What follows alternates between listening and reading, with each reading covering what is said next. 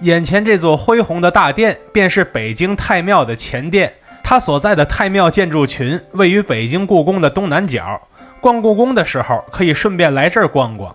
在明清两朝，这边是供奉帝王先祖的皇家禁地，而在清朝灭亡之后的100多年里，太庙则被先后改建为公园以及劳动人民文化宫，对外也是时开时关。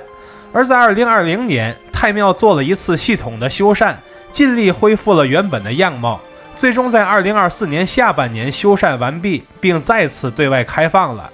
太庙的另一个名字叫做劳动人民文化宫，换而言之是人民配享太庙。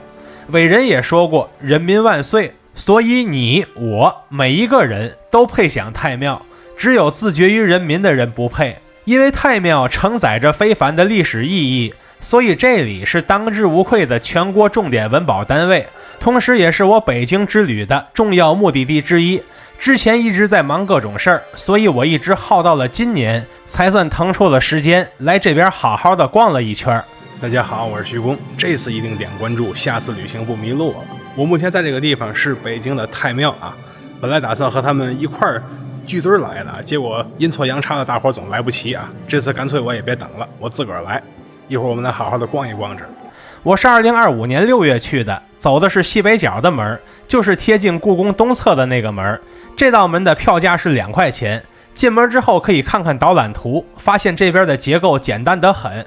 开场什么都不看，直奔太庙的前殿，这是最重要的一座建筑，其面阔11间，和太和殿一个级别，屋顶为重檐5殿顶，属于是顶配中的顶配。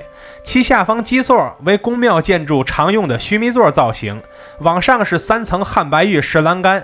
建筑本体用的彩绘，但凡能用冷色调的地方，用的都是蓝绿的冷色调。毕竟太庙是祭祀祖先的地方，所以画风要庄重，不能弄得喜气洋洋的。现在我们准备进去了，进前殿参观的票价是15块。进殿之后，先确认此处进深为6间。为什么没用实物指示呢？因为殿内的金柱太多了，所以大殿侧面的完整视角基本上是看不到的。根据现有的资料显示，太庙一共用了68根金丝楠木柱，这种木料在任何年代都是很昂贵的，现在据说也是如此。不过殿内的金柱明显不够68根，说明这边的檐柱用的也是金丝楠木，果然是造价不菲。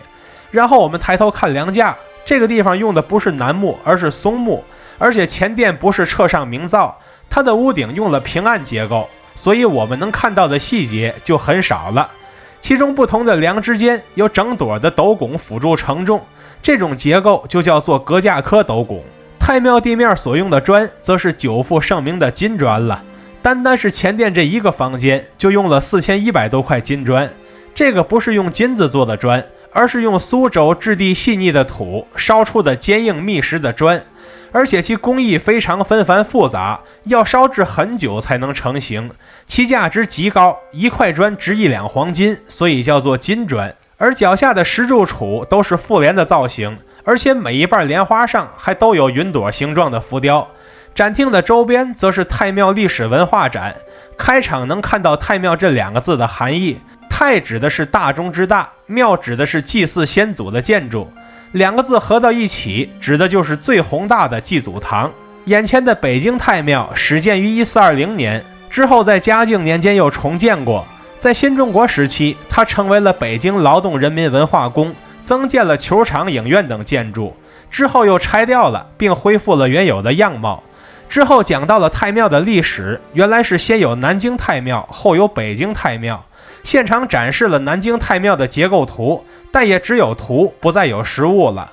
在明弘治年间，因为太庙不够用了，所以增建了挑庙，将先祖迁了过去。这会儿朱棣的庙号还是太宗呢。当然了，兄终弟及的嘉靖皇帝继位之后，就把生父迎进了太庙，追封为兴献皇帝，并单独摆在另一个殿。在南京太庙被火焚毁后，嘉靖就坡下驴，改造了北京太庙，将所有的皇帝都分开，一人一间屋子，就不显得他生父突兀了。此时朱棣的庙号已经被改成成祖了。再往后是清代，他们用太庙时间长了，也面临了明代的问题，就是地方不够了，但他们多设了几个隔间，然后又分房间摆放，这样就能摆下了。清朝灭亡之后，太庙在民国年间被改成了和平公园，新中国时改为劳动人民文化宫。现场的老照片记录了当时的人们是如何在这边娱乐的。而在2020年，太庙被腾退修缮，拆掉了新盖的建筑，最终变成了我们今天看到的样子。最后我们进入太庙祭祀篇，被祭祀的对象自然就是明清的那些帝王了，后面还有陪祀的公王和功臣。可见在清朝也只有张廷玉这一个汉人被送进了太庙。每当皇帝需要祭祀时，便会沿着途中路线来到太庙祭祀，反正路也不算远。至此我们就看完了这个展，也逛完了太庙最重要的前殿。现在我们可以去看看其他的建筑了。太庙前殿南侧的门是太庙的脊门，其面阔5间，屋顶为单檐5殿顶，一个门的配置还挺高。其两侧的小掖门则各用一个单檐歇山顶，它和脊门一样，同样是上覆黄色琉璃瓦。如果走出脊门，就能在外侧看到一组3旋7楼式砖城门，上边的7块屋顶就是7楼，下方则有3个旋洞，而且这些旋洞还用了捆门的造型。现在我们回到前殿所在院落，先去西廊5逛逛。原先这边是供奉功臣的地方，如今改成了劳动颂主题创作展。不过这边的书法作品没怎么提劳动，倒是都提到了太庙本身。此外还有不少绘画作品，内容所描绘的都是我们刚才所见过的太庙的各个角落，但不知这些和劳动颂有什么关系。然后我们看东廊5，原先这边是供奉有功亲王的地方，现如今这边是劳动颂主题的工艺美术品展，除了书画之外还有很多工艺品，其中的月河龙舟是用花丝镶嵌工艺制作而成的，其工艺纷繁复杂，一看便知其制作费时。后面是一个仙人奇迹，这是按照脊兽中最靠前的那一个制作的，在建筑上看是很小一个，放到下边就显得大多了。再往后是一件琉璃降龙鼎，这是按照古鼎的造型新做出的琉璃仿古件，色彩要比普通的铜鼎更丰富。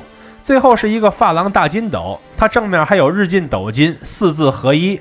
这些作品都出自劳动人民之手，可能这就是劳动颂的含义了。至此我们就看完了两侧廊5的展览。现在我们绕到前殿的后边，就来到了中殿，其屋顶为单檐5殿顶，上覆黄色琉璃瓦。因为太庙的院子小，建筑大，距离近，所以最好去到后殿月台去看中殿完整的轮廓。其面阔也是9间，属于是顶配的级别。这座殿目前也没有开放。根据现场的资料说，这边供奉的是历代帝后牌位，但只是从努尔哈赤到弘治，其余的想必是在前殿里。他所用的窗棂只用了3焦6碗菱花纹这一种花色，而月台周边的石望柱所用的则是龙凤花纹。现在我们穿过一道小门，来到这组建筑群的最后方，便看到了那座面阔9间的后殿，它就是我们刚才逛前殿时所提到的那座挑庙。其屋顶为单檐5殿顶，脊兽数量为10个。建筑的窗棂和中殿一样，也是3焦6碗纹。建筑内原本供奉皇帝元祖，不过现在不开放，就没法进去参观了。临走时可以看看殿前的大铜缸，它的外表没什么鎏金痕迹。至此我们就逛完了一整座的太庙。它在明清时期是祭祀帝王祖先的皇家禁地，如今时过境迁，那昔日的巍峨殿堂只需要花17块钱的门票，便可任人用手机镜头随意丈量。江山终易主，黄泉化飞灰。旧日那份无上的敬畏，早被消解成为普通人的好奇。无论何等高高在上的庄严，也难逃终归寂静的结局。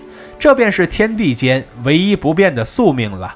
看到这里的朋友，欢迎点赞、收藏、加关注，和徐工一起读城，一起旅行。